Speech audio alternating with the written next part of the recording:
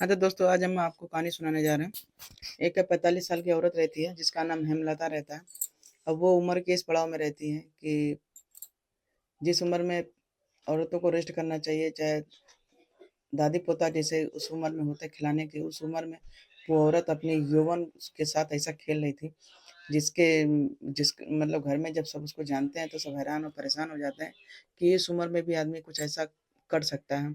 तो दोस्तों कहते हैं ज़रूरत हर उम्र में होती है, कब किसकी क्या हो जाए कोई नहीं जानता है। तो दोस्तों यहाँ पर एक औरत जो रहती है जिसका नाम हेमलता रहता है और उसकी उम्र रहती है 45 साल। 45 साल की उम्र में दोस्तों उसके घर में कुछ छोटा-सा फंक्शन वगैरह रहता है, तो वो अपना सेलिब्रेट करके अपने कमरे में चली जाती है और उसका जो पति रहता है वो काफ़ी उससे उम्र में बड़ा रहता है। इस प्रकार उसका पति बिल्कुल ढीला था, कोई काम का नहीं था। इस प्रकार दोस्तों वो करती क्या है, उसका पति थक हार के अपने कमरे में सो जाता है और यहाँ इसकी पत्नी जो थी उसका पूरा बॉडी जो है बहुत मतलब अभी कहते हैं ना कि बहुत लोगों का शरीर की काया अलग होती है, यहाँ पर जो हेमलता रहती है उसकी काया अलग रहती है और उसके शरीर में बहुत ज़्यादा अभी मतलब संबंध बनाने की शक्ति थी जिसे कहते हैं। अब वो बर्दाश्त नहीं कर पा रही थी, अपने पति से कहे तो कहे क्या, क्योंकि ज़ाहिर-सी बात उसका पति उस उम्र में 25 साल बड़ा था। इस वजह से उसका पति जो है, हर आदमी को हर चीज़ में इंटरेस्ट नहीं होता है। जैसे कि यहाँ पर उसके पति को कोई इंटरेस्ट नहीं था, खाना-पीना खा लिया, अपने कमरे में सो गया।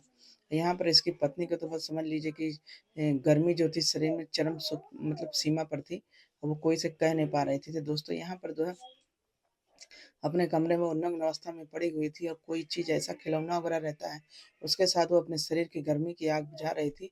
तो उसी समय उसके घर में जो उसका एक दामाद का भाई आया हुआ रहता है, तो वो बाथरूम उसको लगता है तो बाथरूम के लिए वो टॉयलेट की तरफ जाता है। और जब जाता है तो दोस्तों कुछ कमरे से अजीब-सी आवाज़ें आ रही थी, जैसे कि संबंध बनाने के लिए होता है, कुछ मतलब अजीब आदमी के अंदर फीलिंग होने लगे, उस टाइप की आवाज़ें चल रही थी। अब उसका जो दामाद का भाई जो रहता है, उसका नाम दिनेश रहता है, तो दिनेश सोचता है कि ऐसा है, इस कमरे से आवाज़ें कैसी आ रही हैं? तो दोस्तों जो सीन वो देखता है, देखने के बाद उसके पैरों तले ज़मीन खिसक जाता है कि इस उम्र में भी ऐसा कोई कर सकता है।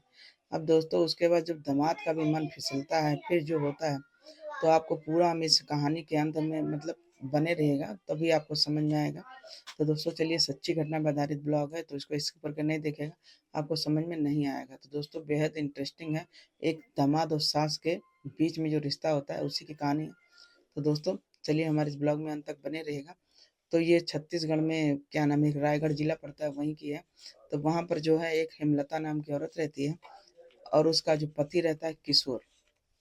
किशोर की उम्र दोस्तों 45 रहती है और उसकी जो पत्नी थी उससे महज़ 25 साल छोटी थी। इस प्रकार दोस्तों बहुत कम उम्र की रहती है और इसके इधर बच्चे भी जल्दी हो जाते हैं। पहले ज़माने में जानते थे, कोई किसी को देखता सुनता नहीं था, बस शादियाँ हो जाती थी और कहते हैं कि यहाँ पर हेमलता भी थी दोस्तों, उसी में की थी। उसकी भी शादी जल्दी हो जाती है, इसलिए उसका कोई जो है शौक श्रृंगार पूरा नहीं हुआ था और उसको एक बच्चा भी हो गया था। बच्चे धीरे-धीरे बड़े हो जाते हैं, दादी-पोता वाली हो जाती है। लेकिन कहते हैं कि किसी-किसी का शौक नहीं पूरा होता तो लास्ट तक उसको कमी महसूस होता है। यहाँ पर जो हेमलता थी उसकी भी जो है शरीर में अभी एनर्जी थी, शरीर पूरी बॉडी टाइट थी और उसको भी संबंध बनाने की बहुत ज़्यादा इच्छा होती थी। तो बेचारी कहे तो कहे किससे, अपने पति से तो कह नहीं सकती क्योंकि उसका पति ऑलरेडी बीमार रहता था। बीमार रहने की वजह से आदमी जानते ही हैं उसका शरीर शिथिल पड़ जाता है। अब वो बिल्कुल एकांत में फिर जाती थी अपने कमरे में, फिर कोई एक खिलौना लेती, खिलौना से अपने शरीर की आग बुझाती थी। अब इस प्रकार दोस्तों वो अपने कमरे में, उसका कमरा अलग था, उसके पति का कमरा अलग था।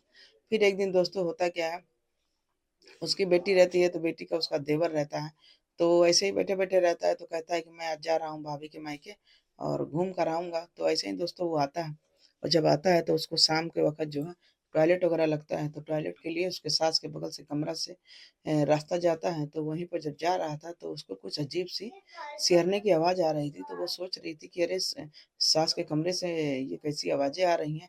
हो सके ससुर जी साथ में हों तो कुछ मतलब, लेकिन फिर भी इस उम्र में इस तरीके की आवाज़ आना स्वाभाविक तो नहीं है। अब उसके दोस्तों उसका मतलब अब उसका मन मान नहीं रहा था, कह रहा था पहले मैं देखूँगा कि इस कमरे में हो क्या रहा है। अब सास करती क्या है, पूरा कमरा बंद कर लेती है। बंद करने के बाद जो है कहीं से भी खुला नहीं रहता है। अब उसको उसका दामाद तो परेशान था कि मुझे देखना है कि इसके अंदर हो क्या रहा है। ससुर जी तो अलग सोए हुए हैं, सास जी अलग सोई हुई हैं, तो आखिर इनके साथ है कौन? अब उसके शक का कीड़ा बैठ जाता है। फिर दोस्तों वहीं से एक हल्का-सा पर्दा हटाता है, तो जो सीन देखता है, उसको देखने के बाद उस दामाद का भी मन बिल्कुल फिर जाता है। फिर दोस्तों उसकी सास को लगता है कि कोई हमें झाँक रहा है। तब उसकी सास तुरंत कपड़ा-वपड़ा लपेटती है और बाहर जब आती है तो देखती है कि उसका जो दामाद है, वो कमरे की तरफ से जा रहा था। तो दोस्तों अब इस प्रकार उसकी सास को भी अंदर ही अंदर उसको भी जो है संबंध बनाने की इच्छा तो जागी रही थी। अब वो समझ गई थी कि मुझे खिलौने की ज़रूरत नहीं पड़ेगी। अब ये जो शख्स आया है मैं इसी का इस्तेमाल करूँगी। अब उधर जो दामाद रहता है वो भी सास को देख लेता है इस अवस्था में, तो उसका भी दिमाग फिर जाता है। तब दोस्तों देर न करते हुए वो भी जो है बहती गंगा में कहते हैं सब कोई हाथ धोता है ना, तो इसी प्रकार उसका दामाद जो भी था, वो भी आता है और अपनी सास से बोलता है कि ऐसा है आपको खिलौने की क्या ज़रूरत है, जब इतना बड़ा खिलौना सामने है। फिर दोस्तों उसकी सास सब कुछ भूलकर चंद सेकंड के लिए उस दामाद के साथ संबंध बना लेती है और जब दोस्तों संबंध बनाती है तो उस दिन उसको चरम सुख का आनंद मिलता है, जिस संबंध के लिए वो इतने दिन से प्यासी थी। फिर दोस्तों होता क्या है धीरे-धीरे ऐसे समय बीत रहा था। अब जो है इसका दामाद जो आया था जो इसकी बेटी का देवर वो जाने का नाम नहीं ले रहा था क्योंकि उसको तो मज़ा मिल गया था। अब इस प्रकार दोस्तों दामाद हो तो ठीक है, उसका दामाद का भाई अगर इतना दिन रुकता है तो कोई सोचने में तो विवश हो ही जाएगा। अब यहाँ पर दोस्तों उसकी सास को तो मज़ा मिल गया था, अब तो खिलौना तो छोड़ दीजिए। अब वो दोस्तों उसके साथ कुछ ऐसे तरीके से संबंध बनाती है कि जिससे कहते हैं ना कभी उसके शौक पूरा ही ना हुआ हो। और वहाँ पर जो आजकल के जानते हैं सोशल मीडिया का ज़माना है तो इंटरनेट और मतलब दुनिया का जानते हैं नेटवर्क सिस्टम है, तो जो ये लड़का दिनेश रहता है ये भी इंटरनेट पे फ़ोन वीडियो वगैरह देखा करता था। तो नए-नए स्टाइल में संबंध बनाता था अपनी सास के साथ। तो सास के साथ एक दिन दोस्तों कुछ ऐसे संबंध बनाता है पीछे से, कुछ मतलब घोड़ी बना के ऐसे संबंध बनाता है कि सास का बिल्कुल हालत ख़राब कर देता है, लेकिन सास के मुँह से बिल्कुल चूँ शब्द नहीं निकलता है। सोचिए इतनी उसके अंदर गर्मी भरी हुई थी। दोस्तों इस प्रकार उसकी सास बोलती है कि आज मुझे चरम सुख का आनंद मिला है, अब बेटा तुम यहाँ से जाना नहीं। इस प्रकार दोस्तों वो भी क्यों जाए जब किसी को फ्री में मिल रहा था मज़ा चखने के लिए तो घर से जाएगा क्यों? इस प्रकार दोस्तों उसका जो देवर रहता है इसकी सास के बीच में आए दिन संबंध बना करता था। अब सास तो बिल्कुल खुश रहने लगी थी तो उसका पति बोलता है चलो किसी बहाने खुश रहती है, जीने का सबको अधिकार है। और इस प्रकार दोस्तों उसका जो आदमी था वो तो अलग ही पड़ा रहता था, इनकी सास के तो इनके दामाद जो था उससे तो मज़ा ही था। तो दोस्तों एक दिन संबंध ऐसे बनाता है घोड़े स्टाइल में, इतना बनाता है कि सास के तो हालत खराब कर देता है, उठने-बैठने की हालत में नहीं रहती है। फिर दोस्तों वो दूसरे दिन होता क्या, दूसरे दिन वो जाती है हॉस्पिटल, चुपके जाती है हॉस्पिटल और उसके बाद जो है वहाँ डॉक्टर से जाती है और डॉक्टर से ये कहती है कि डॉक्टर साहब मुझे दवाई दे दीजिए और मेरे पिछले जो हिस्से में है ना मुझे पाइल्स की शिकायत हो गया है बवासीर का। तब डॉक्टर बोलते हैं कि ऐसा तो कुछ नहीं है, लेकिन वो कहती है कि नहीं मुझे है, आप दवा दे दीजिए। इस प्रकार दोस्तों डॉक्टर जो रहते हैं उसको बवासीर की दवा दे देते हैं, वो चुपचाप लेके घर चली आती है दर्द की, क्योंकि इतना उसके साथ संबंध बना लिया था उसका दामाद कि उसको दर्द से बर्दाश्त नहीं हो रहा था। लेकिन कहते हैं ना उसके बाद भी उसका मन नहीं भरता।